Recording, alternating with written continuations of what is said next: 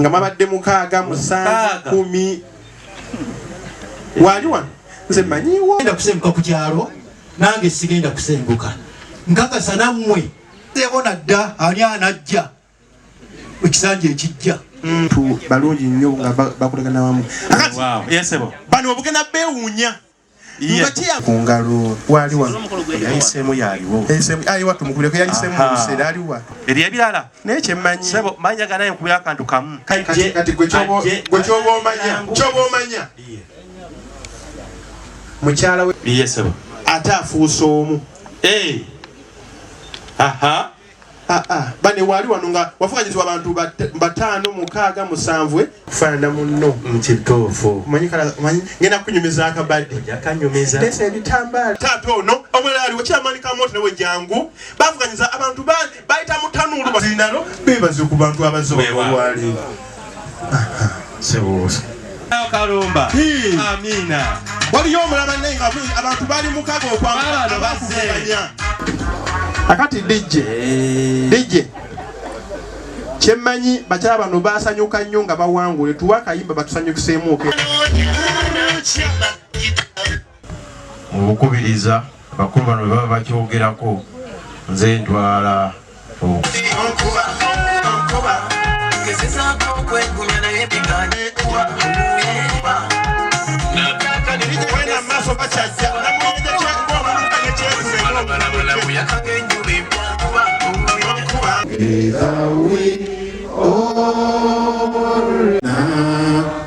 lile kwanga Buganda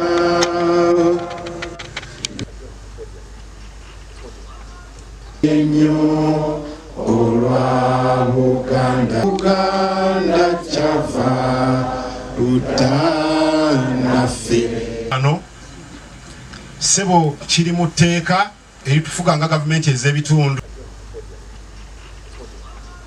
mawange ssentebe w'eggombolola ina Kisunga abanaddiini ab'ebyokwerinda n'ina Kisunga ku lwa gavumenti eya wakati seya Ssaabasajja Kabaka Maweje Ven swear in the name of the Almighty God Mugabo John swear the name of the Almighty God.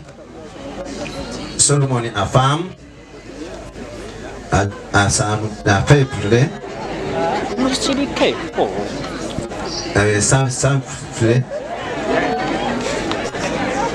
is the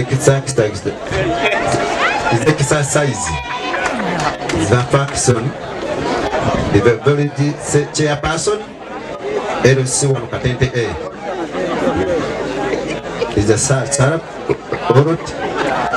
Reserve Protect the defense extension and the observer of the level of Uganda in the support promote all of fair of the people with village so area for me God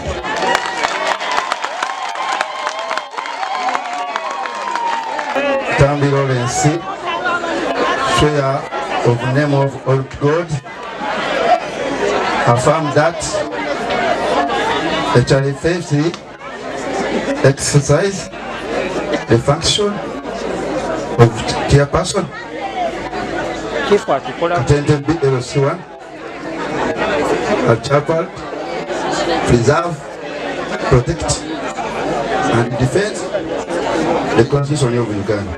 Tambi Lawrence swear of the name of old God affirm that the child faithfully exercise the function of chairperson, preserve, protect, and defend the Constitution of Uganda. Swear in the name of the Almighty God, solemnly affirm that I shall faithfully exercise the function of the parish chairperson of Chiola Parish and shall uphold preserve, protect, and defend the Constitution and observe. Swear in the name of. Kigambo God. Tegeraganye bulungi. Ngenda kusoma nga bwe munziramu. That I shall faithfully exercise. Okuvanga leero ensonga gye nkuvunaana ye ya leero. Biri ebyammwe bye mwakola ebikadde. Guest of honor mu officer awendinze mpuliranga n'ennaku enzita. Abakyala n'abaami abolaba abakadde abakomyewo bakola ebintu byosobola n'okukaaba amazima. Abantu bajja wano nga mutuufu babbibwa naye nga ne chairman yali mu bubbi. Obuyaayo obaddewo nga mubukola mu kisanja biri ebiriwo kino ekiriwo si mubbi wa ttaka. I'm not a dealer of land. I have come to turn Nakisunga from bad to good. I want Nakisunga sub-county komewo nga role model sub-county in Kono district. Basebe ne banya basentebe bino mbiyogedde buli kaseera nziramu era sirikuwa. Sigenda kubeera ssentebe w'eggombolola Nakisunga nga waliwo agoba ku kibanja. I will not preside over this sub-county as the chairperson when there is land eviction in our villages. Ekisoboka. Chairperson anaakola endagaano bbiri ku kipoloti kimu oba ku kibanja kimu is an offense. Oba oyagala okumanya obubi bwange kola contrary to what I'm talking about. Chairperson, obuweereza bwaffe ku nsonga zino wabanga omwana agenda kusoma recommendation, agenda kufuna mulimu, ayagala baluwa etambuza bisolo, that service is for free. Wano mu constitution ya Uganda. Constitution ya Uganda ebayingiza mu gavumenti. Kati mwe gavumenti esookerwako. Ate gavumenti esalawo buli kimu. Ate gavumenti eyinza otuwabya oba obutakola ki? Kubanga bw'onaabeera ababbi ku kyalo, gwe n'ogamba nti ababbi tebaliiwo, kitegeeza ojja kuba okoze eki? Otuwabizza. Naye ababbi banaabeera ku kyalo n'ovaayo butereevu n'oga nti yes, ababbi we bali, gundi mubbi ne gundi mubbi, ojja kuba okoze eki? Oyambye gavumenti. Ate tetukusuubira kubeera ng'ogwe gavumenti ate okuba gavumenti. Kati LC yaffe tetulina mpuliziganya naddala ng'omuzindaalo okusobola abantu gwe basobola okuwulirako amaloboozi gaffe n'okubategeeza nti waliwo enkiiko ogwo tetugulina. Ekirala nti nangwanga emulaba mulimu abantu bangi olwa factory zino zizze, abantu bangi nnyo abavudde Soroti, abavudde Ettololo bangi nnyo, naye nga bali omwo tetumanyi gye bava. Lunaku obeerawo osangawo emisango olw'abantu abo. Kati njagala tusobole okuyita olukiiko lwa bonna n'abantu bonna bwajje tulabe engeri gye tusala amagezi. Abantu abo tugenda bakwata tutya.